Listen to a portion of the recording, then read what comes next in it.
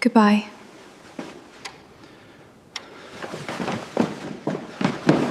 Don't go. Amelia Hart understood from the moment Duke Nathaniel Ashford looked up from the contract and added one final condition in that cold, even voice of his that she was not walking into a marriage at all. She was walking into a countdown. The solicitor had already read the essential terms aloud. Nathaniel Ashford, Duke of Ashford, required a wife for exactly 1 year in order to satisfy the last condition of his grandfather's will and retain full control of the Ashford estates. Amelia Hart, daughter of a deceased country gentleman who had left behind more debts than dignity, would receive enough money to save her family home, pay her father's creditors, and keep her younger sister in school. In return, she would become the Duchess of Ashford in name, accompany Nathaniel to the social events expected of a wife, and remain at Ashford Manor until the contract expired. It was humiliating. Was mercenary. It was the only way Amelia could think of to keep her family from being ruined. So when the solicitor finished speaking, she steadied her hand, reached for the pen, and prepared to sign. That was when Nathaniel interrupted. There is one more clause. Your Grace. He was seated across from Amelia at the long mahogany table, one hand resting on the arm of his chair, the other lightly touching the unsigned contract. He looked as he always did in society sketches, impossibly composed, dark-haired, elegant, and so controlled that it was difficult to imagine him ever having been a boy at all.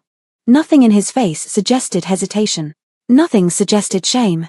He did not even glance at Amelia when he spoke. When the year ends, neither party may request that the marriage continue. I beg your pardon. No discussions once the term is complete. When the year ends, Mrs. Hart will leave Ashford Manor, and neither of us will ask the other to stay. The clause itself should not have surprised her. She had never been foolish enough to imagine this arrangement would turn into anything permanent. Nathaniel Ashford had not chosen her because he wanted a wife. He had chosen her because she was available, respectable enough to survive a year in society, and desperate enough to accept his terms. And yet, hearing him say it aloud so precisely, so publicly, made the arrangement feel harsher than it had only moments before. As though he feared she might one day beg for something more. As though he wanted to make certain she understood from the beginning exactly how little he intended to give. The solicitor looked uncomfortable now. Your Grace, perhaps that is not strictly necessary. His eyes were a striking, severe shade of blue, and there was nothing cruel in them, which somehow made the cruelty of his words worse. He did not look like a villain. He looked like a man settling a practical matter that should never have required emotion in the first place.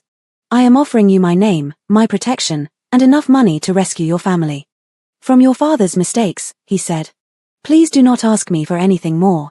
She thought of her father, dead only 6 months, leaving behind unpaid debts and a house already slipping from their grasp. She thought of her 17-year-old sister, Lucy, who still believed Amelia could somehow keep their world from collapsing if only she smiled often enough and wrote enough reassuring letters. She thought of the servants who had worked for the Hart family for years and would soon lose their places if the house were sold. And she thought of the man sitting across from her, speaking of marriage as though it were a legal inconvenience he intended to survive with as little human involvement as possible. Amelia should have refused. She should have stood up, wished his Grace joy of his contract, and walked out with whatever pride she had left. Instead, she lowered her eyes to the page and signed her name, because pride could not pay creditors. Pride could not keep a roof over Lucy's head. Pride, she had learned, was a luxury for people whose families were not drowning. The wedding took place 3 days later in a private chapel on Ashford land, witnessed by the solicitor, 2 servants, Lucy, and Nathaniel's mother, who looked at Amelia with the restrained disappointment of a woman who had once expected a grander daughter-in-law for her only son. There were no flowers beyond those already standing near the altar, no orchestra, no celebration afterward. By noon, Amelia Hart had become the Duchess of Ashford, and by evening she was seated inside the Duke's carriage on her way to a house so large and ancient that it felt less like a home than the inheritance of a dead empire. Ashford Manor rose from the countryside in pale stone and winter ivy, magnificent enough to make Amelia forget her own exhaustion for a moment. Its windows caught the late sunlight. Its towers overlooked miles of land. Its sweeping drive was lined with bare trees and statues whose faces had weathered into solemn indifference. Everything about it spoke of permanence, wealth, and generations of power. Everything except the silence. It was not the silence of an empty house. Servants moved everywhere. Footmen carried trunks. Maids hurried through corridors. The housekeeper supervised her staff with military precision. Yet the atmosphere itself felt muted, as though laughter had been discouraged there. For so long that the walls no longer remembered what it sounded like. Amelia understood why before the end of her first week. Nathaniel was not a cruel man. That, strangely enough, was the problem. If he had been arrogant, quick-tempered, or carelessly dismissive, the household's discomfort would have been easier to explain. But Nathaniel did not shout. He did not humiliate servants. He did not use his rank like a weapon. He was always polite, always controlled, and almost always absent, disappearing into estate business before breakfast and returning from his study only when duty required it. And yet the entire house seemed to tighten when he entered a room. Servants lowered their eyes. Guests measured their words. Even his own mother watched him with the caution of someone approaching a man who had forgotten how to be approached. No one contradicted him. No one teased him. No one, Amelia slowly realized, behaved as though the Duke of Ashford were an ordinary human being who might occasionally enjoy a conversation not built entirely from caution and approval. At first, she assumed Nathaniel knew and preferred it that way. Later, she began to suspect something worse. He had grown so accustomed to being treated like a title that he no longer noticed the loneliness of it. A small dinner had been arranged at Ashford Manor for 2 neighbouring landowners and a member of Parliament who hoped to secure Nathaniel's support for some upcoming agricultural reform. Amelia spent most of the evening listening because the men at the table clearly considered themselves engaged in a matter of national importance, and because Nathaniel, when discussing estate business, spoke with the same cool precision he used for everything else. He was intelligent. More than intelligent, in fact. He was one of those rare men whose mind seemed to sort problems before other people had fully understood them. Amelia could see why people admired him. She could also see why no one around him ever said what they truly thought. The moment Nathaniel expressed an opinion, the rest of the table rushed to agree. A tenant matter was handled exactly as he suggested. Of course it was. A trade agreement would surely succeed because His Grace had approved it. Naturally. Then near the end of dinner, the conversation shifted from politics to literature, and Nathaniel casually remarked that a celebrated French novelist was vastly overrated. Within seconds, every guest at the table agreed with astonishing enthusiasm. Amelia nearly laughed aloud. She had heard one of those same men praising the novelist less than an hour earlier in the drawing room. Nathaniel noticed the expression on her face at once. What is it? Only that I had not realized literary opinions could change so quickly. Nathaniel's mother closed her eyes for the briefest second, as though praying for patience. Nathaniel regarded Amelia steadily. You disagree? Amelia could feel the weight of every gaze at the table, but now that the words were out, there seemed little point in retreating. I also think at least half this table agreed with you before considering whether they actually meant to. And yet the only person who looked truly surprised was Nathaniel. The others looked horrified. For one stretched moment, Amelia wondered whether she had gone too far. Whether she had just humiliated her husband in front of his own guests less than a week into the marriage and would spend the night regretting. Then something changed in Nathaniel's face. It was small, barely visible, but unmistakable. He was amused.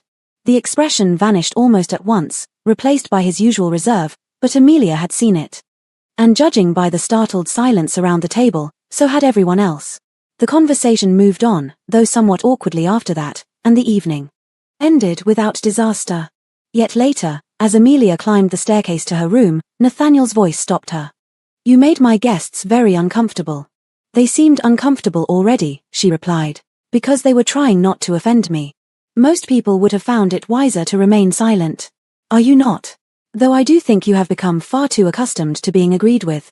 It was a bold thing to say to a man who could dismiss her from his life in 11 months and 3 weeks. Nathaniel should have been offended. Instead, to Amelia's astonishment, the corner of his mouth moved. Not a smile. Not quite. But something dangerously close. Good night, Duchess, he said and disappeared into the library before she could think of an answer. Nathaniel remained distant, still vanishing into work for hours at a time, still treating their marriage as an arrangement rather than a relationship, but he had begun looking at her differently. As though she had become unexpectedly difficult to categorize. Their conversations grew more frequent. Never romantic. Rarely personal. But real. If Nathaniel returned from London in a foul mood, Amelia would ask which politician had insulted his intelligence this time. If he criticized a book, she would tell him precisely why he was wrong. If he spoke too harshly to a steward or dismissed a concern too quickly, she would quietly say so afterward. And to her astonishment, he listened. Not always graciously, not always immediately, but he listened. That, more than anything, made her uneasy. Because it would have been easier if Nathaniel Ashford had remained only what he had been on the day of the contract, a handsome, distant man with too much money and no intention of ever caring for the woman he married. It would have been easier if he were arrogant, careless, or selfish in obvious ways. Instead, Amelia was beginning to discover the far more dangerous truth. Nathaniel was lonely, intelligent, and far too unused to being treated like a man. And she was beginning to like him. That alone was enough to frighten her. Then came the house party. It was the first large gathering Ashford Manor had hosted since the wedding, and by the second evening, Amelia understood exactly what society thought of her. Women smiled too sweetly. Men spoke to her with that particular kind of politeness reserved for people whose motives are already being judged. She heard enough whispered remarks to know the story had spread precisely as expected. The new Duchess had married for money, and the Duke, being too practical for romance, had bought himself a temporary wife. Nathaniel heard the whispers too. Of that, Amelia was certain. Yet he said nothing. He did not defend her. He did not deny the rumors. He simply moved through the evening with the same composed indifference he wore like armor, as though gossip were beneath his notice and therefore beneath hers as well. Amelia told herself she did not care. Then after dinner, one of the guests made the mistake of asking Nathaniel whether he was enjoying married life. The question was meant as a joke. Everyone in the drawing room knew it. Nathaniel, standing near the fireplace with a glass in one hand, answered without even glancing toward Amelia. This arrangement was never meant to become permanent. No one needed the sentence explained. It was not merely a response to an impertinent question. It was a reminder delivered before half the county that the Duchess of Ashford was temporary. That whatever she wore, wherever she sat, however graciously she played the part, she would be gone when the contract ended. Amelia kept her face perfectly calm. She even smiled when one of the older ladies asked about the music. She remained in the drawing room until the last guest retired. Only when the corridors had emptied and the house had gone dark did she allow herself to retreat to the small morning room beside her bedchamber, the one place in Ashford Manor that felt remotely her own. She did not hear Nathaniel's footsteps outside the half-open door. She thought she was alone.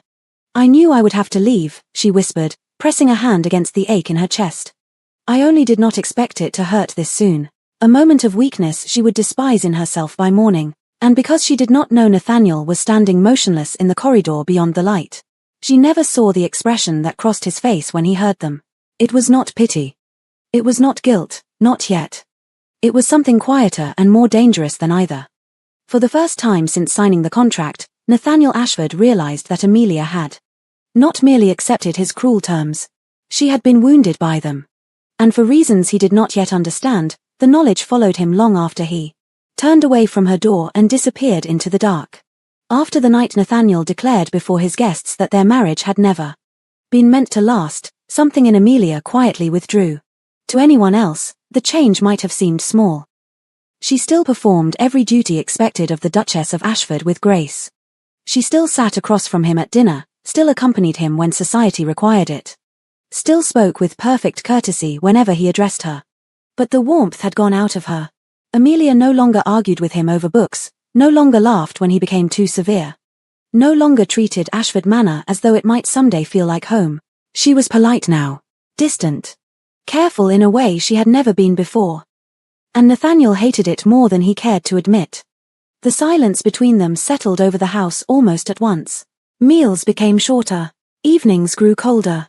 For the first time since their marriage began, Nathaniel understood how much of Ashford Manor's warmth had belonged not to the house itself, but to the woman who had once filled it with dry wit, stubborn honesty, and a complete refusal to be impressed by him.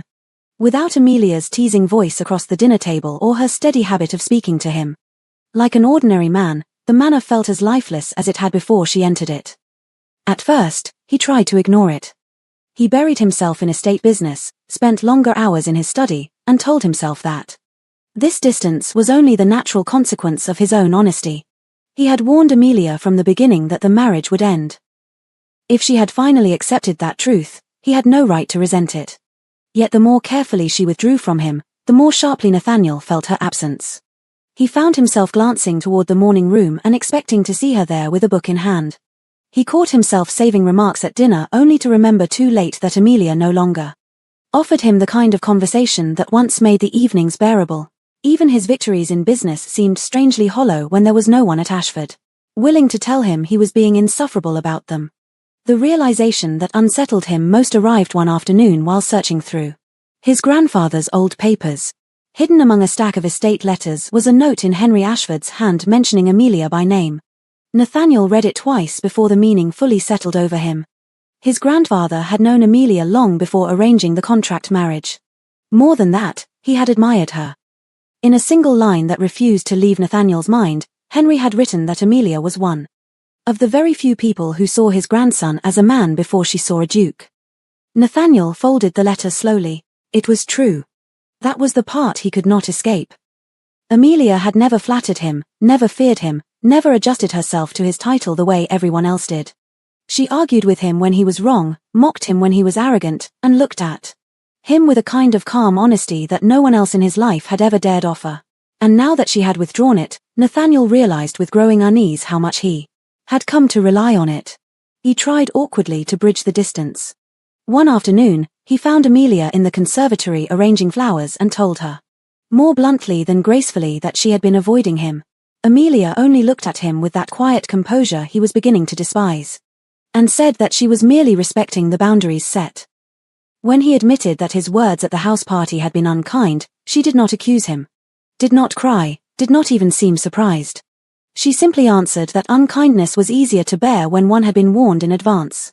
The calmness of it made him feel worse than anger would have. From that moment on, Nathaniel stopped lying to himself about the true problem.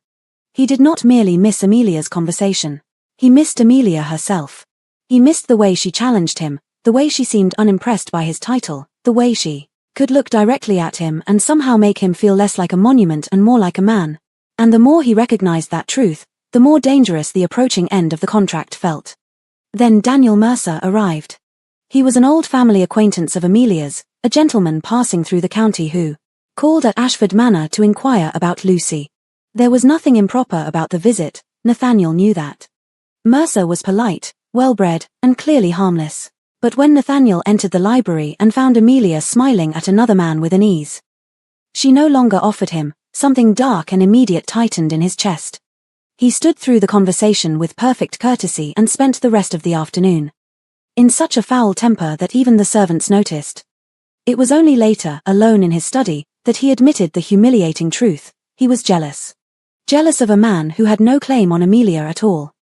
Jealous because, for the first time in years, Nathaniel could imagine a future in which Amelia laughed with someone else, spoke freely with someone else, built a life beyond Ashford Manor with someone who had not been foolish enough to drive her away.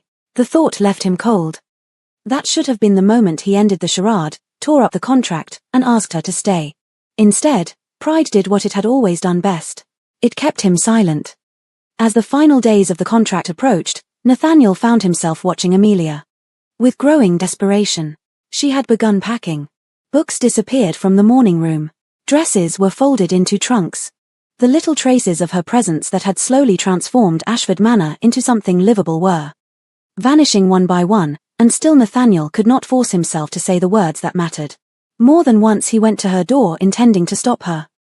More than once he imagined telling her everything, that the house would feel unbearable without her, that his grandfather had been right, that somewhere between winter and spring he had fallen hopelessly in love with the one woman he had sworn never to need.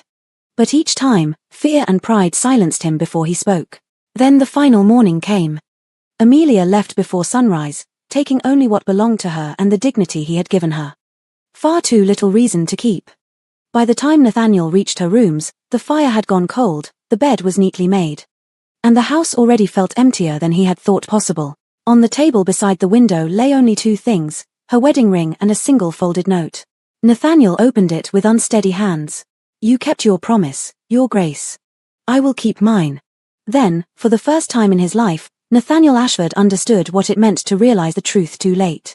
He had not merely lost a wife he was never meant to keep, he had lost the only woman who had ever made him feel human.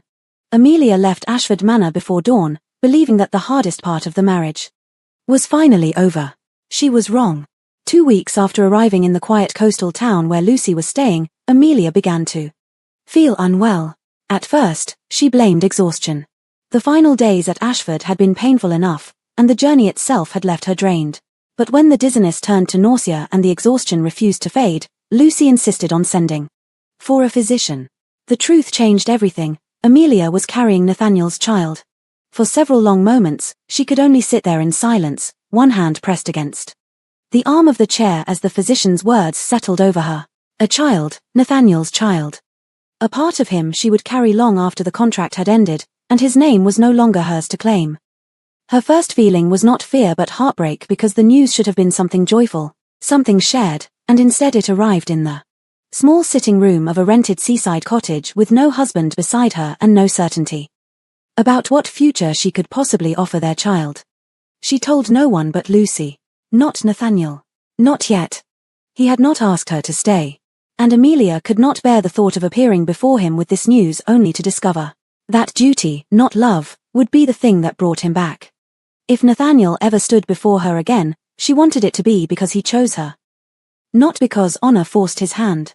At Ashford Manor, Nathaniel lasted only a handful of days before admitting what pride had kept him from saying aloud, he loved her. The truth was waiting for him in every room Amelia had left behind. In the silence of the breakfast table. In the untouched books she had once argued with him about. In the empty morning room where he had grown used to finding her before bed. Ashford Manor had everything it had possessed before Amelia entered it: wealth, order, power, perfect control, and for the first time in his life Nathaniel understood how little any of it meant when the one person who had made the house feel alive was gone. His mother watched him pace the drawing room in growing misery and finally said with the calm bluntness only Lady Eleanor Ashford could manage, if you mean to spend the rest of your life regretting this, then by all means remain where you are. But if you mean to fix it, stop punishing the carpet and go find your wife. Nathaniel's search led him first to Lucy, who greeted him with open suspicion and very little sympathy. You do not deserve to know where she is, she said, standing between him and the parlor door as though she fully intended to defend Amelia from a duke twice her size if necessary. My sister spent a year learning how not to need you. I know what I deserve, he said. I'm not asking for fairness. I'm asking for the chance to tell her I was wrong. Lucy studied him for a long moment and whatever she saw in his face must have softened her just enough to speak the truth that changed everything. Amelia is pregnant. The room, the fire, Lucy herself seemed to fall away for one disorienting second as the word struck him with the force of a blow. Amelia had left Ashford carrying his child, and while he had been drowning in his own regret, she had been facing that truth alone. When did she find out? He asked, his voice unsteady. A few days ago. And she had not sent for him, had not written, had not asked anything of him at all. The shame of that nearly crushed him. Lucy gave him the address of the cottage only after extracting a promise that if he hurt Amelia again, she would never forgive him. Nathaniel told her with complete honesty that he would not forgive himself either. The cottage stood near the sea, small and whitewashed, with blue shutters and a narrow path leading down toward the shore.